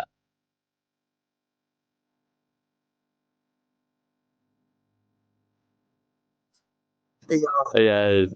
Ano po siguro humina ang internet. Okay lang, Pads. Yeah. At yun nga, sabi ganyan, doon sa Revelation 12:5, paano natin malalaman yung identity ng babae nag-appear in heaven? Diba sabi, siya ay nagsilang ng isang sanggol na lalaki na nakatakdang maging hari ng lahat ng bansa. Sino ba yung hari ng lahat ng bansa? Si Jesus. Kaya yung babaeng yun ay nanay ni Jesus. Siya ay ginawang reyna ng langit at lupa. Hindi siya reyna na asawa ng hari, kundi reynang ina ng hari. Kaya inang reyna, Queen Mother. Queen Mother. Okay. Ay hindi ba lahat ng mga apparition ni Mama Mary, no, ganun yung appearance, nagniningning na tulad ng sikap ng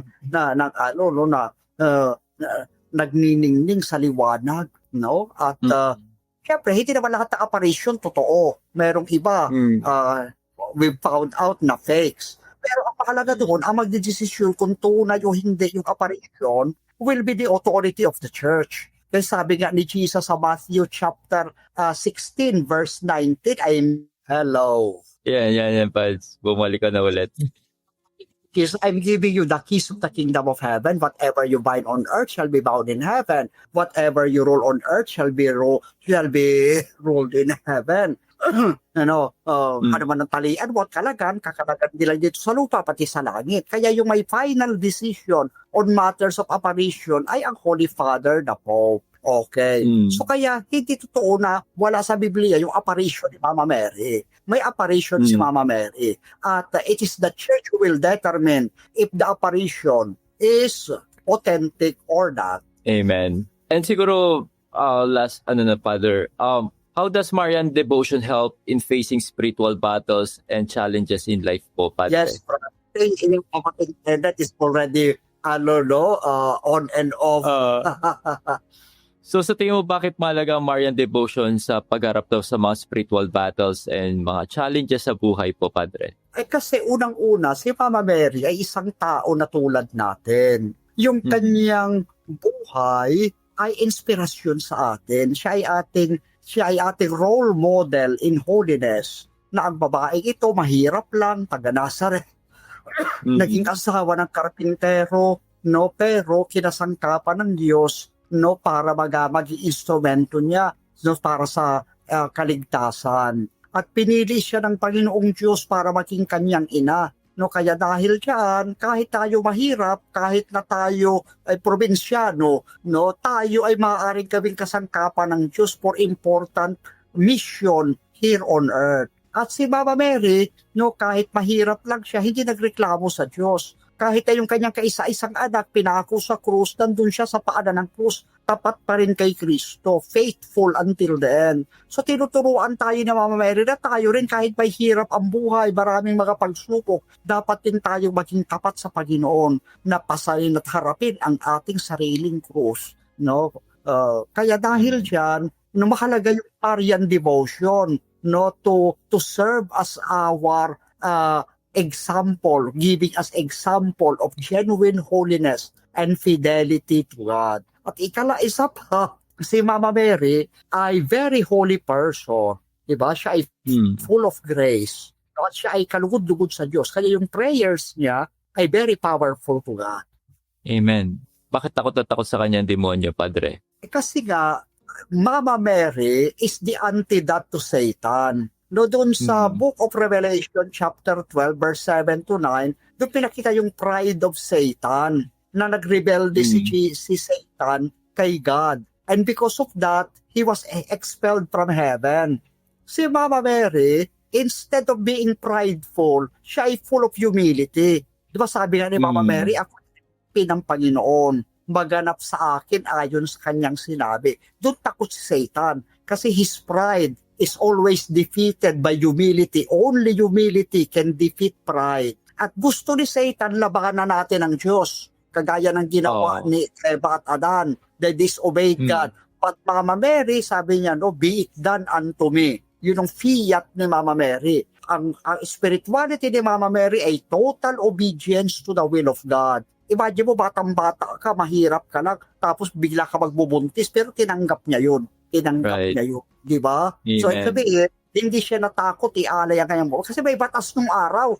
Pag ang babae na buntis, na hindi asawa niya ang dahilan kaya siya nabuntis, babatuhin siya hanggang mamatay. Kaya nung sinabi ni Mama Mary na, be it done unto me, payag na ako magbuntis, kuya lang kagustuhan ng Panginoon. Ang ibig sabihin lang ni Mama Mary nun, hindi lang, yes, tinatanggap ko yung will ni God, pero handa na rin akong mamatay para sa kagustuhan ng Panginoon. Amen.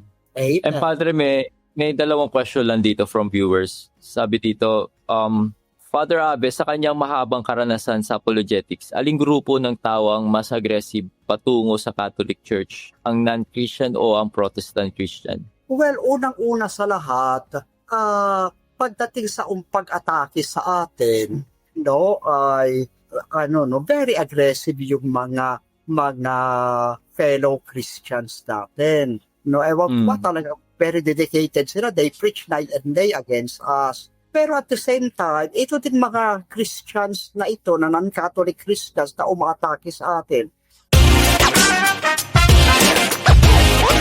Gusto mo bang magkaroon ng early access? Kumbaga, ikaw yung unang makakapanood ng mga na-interview ko mga guests dito sa ating programa na Istoryang Katoliko. Magagawa mo yan mga ka-faith by joining my Patreon group. Kasi sa ginagawa ko na pag-i-interview ng mga different guests dito sa Pilipinas at sa ibang bansa, actually hindi ko pa talaga siya na-edit at na-upload agad. Marami pa akong backlog kasi nga I'm a one-man team dito sa ginagawa ko. So most of the time, ako talaga nag-e-edit. Actually, ako talaga nag-e-edit ng lahat ng mga interviews at mga vlogs dito sa channel na to. As much as I want, na after ko sila ma-interview, ay ma-upload ko na. Hindi ko po yung magawa kasi kailangan natin i-edit at pagandahin pa yung interview sa paglalagay ng mga slide and information na very relevant at mas makakatulong pa sa inyo. Pwede nyo siyang ma-access by joining my Patreon group. Once na natapos ko na yung interview, i-upload ko kagad dyan sa ating Patreon group ang mga pre-recorded interview. At alam nyo mga ka-faith, sa pag-join nyo din dyan sa ating Patreon group, ay matutulungan nyo ko dito sa ating ginagawang online evangelization. Alam nyo naman na itong ginagawa natin ay hindi libre. May mga cost tayong ginagastos, mga ginagamit natin, yung pamasahe, pagpupuntahan natin yung mga ini-interview ko na face-to-face, and etc. In due time, I'm planning to build a studio, a home studio. Malaki talaga ang cost at gagastusin dito. Kaya mga ka-faith, by joining my Patreon group, mas matutulungan nyo ko na mapa-improve at mas mapaganda pa at mapagpatuloy pa itong ginagawa natin na online evangelization. Di lang kayo magkakaroon ng early access, kundi matutulungan nyo din ako dito sa ating online evangelization. Kumbaga, you will be my partner in doing this. Kung wala kang gifts na ginagawa ko, magsalita, mag-interview, pero may capacity ka to help me in this mission, ay magiging mag-partner tayo. Ako gagawa ng pag-i-invite, pag-i-interview, but at the same time, alam ni Lord na you help me and you've been partnering me with this mission. Kaya mga ka-faith, para maka-join ka dito sa ating Patreon group, ilalagay ko yung link kung saan mo pwedeng ma-access itong Patreon group na to. May cost siya, may konting babayaran ka lang, pero yung magiging benefit naman yan sa'yo spiritually ay sobrang overload. Thank you so much and God bless.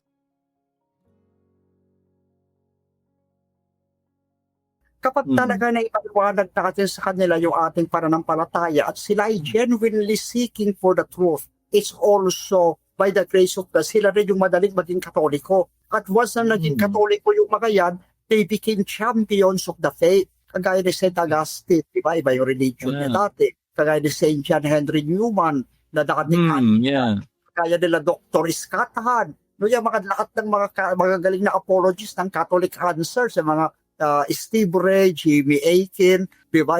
Staples, lahat yan galing yan sa ibang religion. But now they are champions of the Catholic faith. Kaya ganun din. No?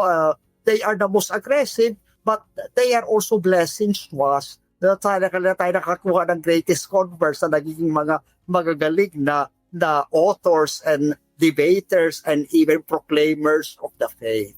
Amen. And from Patrick Carillo de Leon, paano may papaliwanag na maayos na ang circumcision ay pinalitan na ng baptism? Yes, ay sinabi naman yan. No, sinabi naman yan sa banal na kasulatan. Diba? Na doon pa lang sa Acts chapter 15, doon sa Council of Jerusalem, dineclare na ni St. Peter at ni St. James na hindi, tsaka ni St. Paul at ni St. Barnabas, na hindi na kailangan pa ang circumcision to be Christian. What is important ay ang sacrament of baptism. Okay. Kaya na yung command ni Jesus pagdating doon sa Gospel of St. Mark, sa great Gospel of St. Matthew, sa Great Commission, go out to all the world, no, and preach the good news. No? Whosoever believe and be baptized will be saved. Okay, so hindi na requirement ang circumcision. Tayo mga Pilipino, nagpapatuli tayo, we are circumcised for hygienic and cultural purpose, not for religious purpose.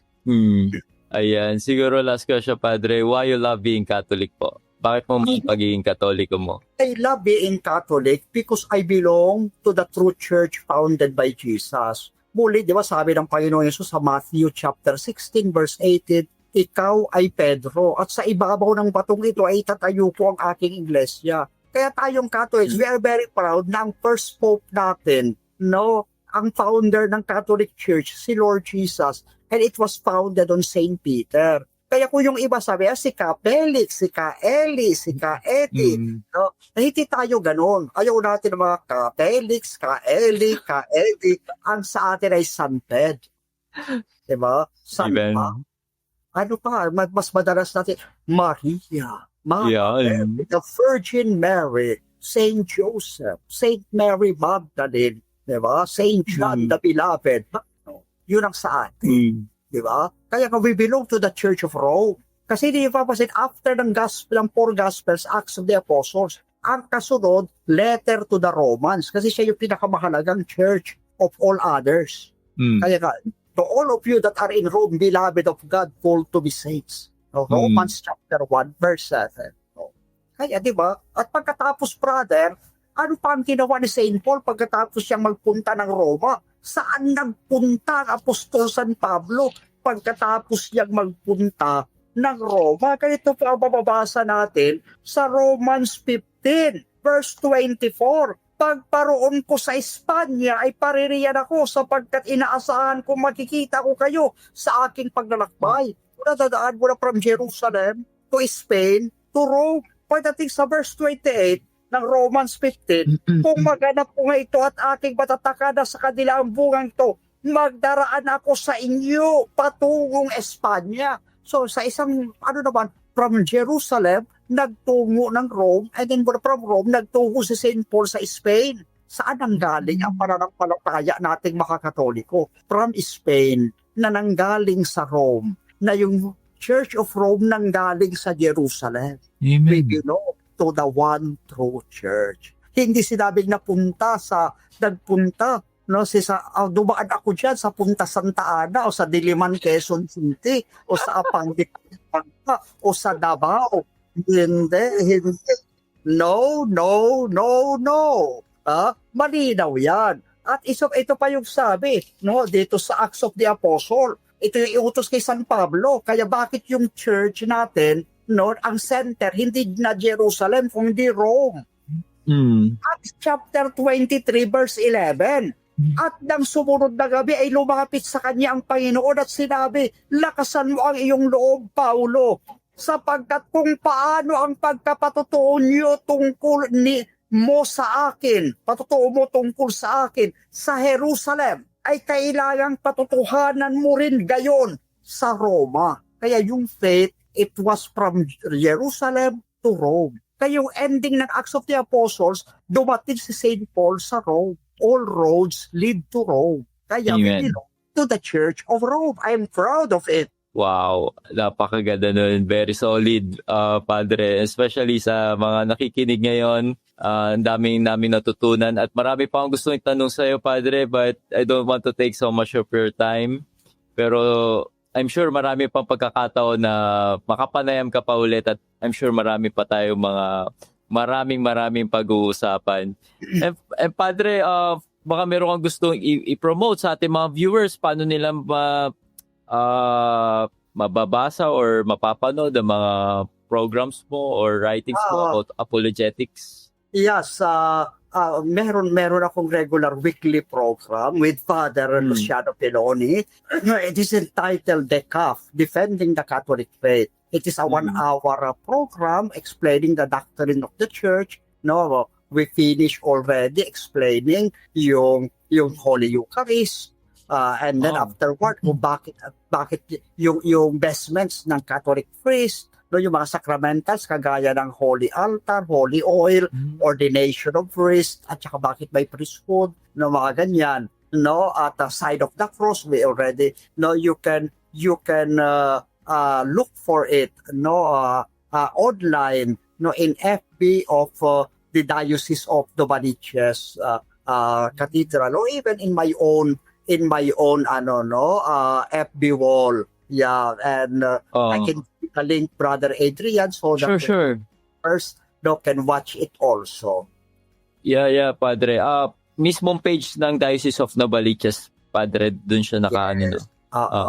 Maganda. Sige, share mo sa akin para mas madali ko malagay sa ating mga viewers natin. And yung website mo, yung Splendors of the Faith. Well, unfortunately, kasi dumating yung nung pandemic, ay Oh. nagkaroon, no, kasi yun, para ma-maintain yung website na yun, may binabayad kami doon. When I was still in the US, ako nagbabayad doon by dollars. Kaso, Oo. nung karoon ng pandemic, wala naman kami kita, yung simbahan, mga sarado, no, hindi ko na malayan, na sinarado na pala ng website yung site na iyon. It's a pity, no? Kasi it was already visited by more than 20 million people. Oo. Yes. Yeah, Oo. kaya ganun pa man, no, wala may gusto doon nangyari, di ba? Pinabubuksan ko uli doon sa HostGator, kaso they themselves don't have copy anymore of the actual site, no? They lost it already because of some technicalities or something. So, we leave it to the Lord, you know. Nandyan pa naman yung aming mga Know the Truth video program, Yeah. talks, etc. So, they will serve as guide for our people. Parang may nakikita pa rin ako naka-up na ano mo na yun, na Splendors of the Truth, Padre. Wala na talaga, as in wala na. Yeah, Kahit we sa restore it, hindi na rin na ma-restore. Kaya, well, siguro naapektuhan din sila ng pagbagsak ng mga system nila during the pandemic, etc. Kaya, it's a pity. But anyways, I'm sure marami yung ginagawa mo ngayon online. Ito talaga, hindi na yung matatanggal at mabubura yung mga videos na ina-upload dyan sa Diocese of Novaliches. And very helpful, Padre. Ayan. Thank you po. So, isi-share ko lahat yan, Padre. At wala ka bang nasulat na libro, Pads?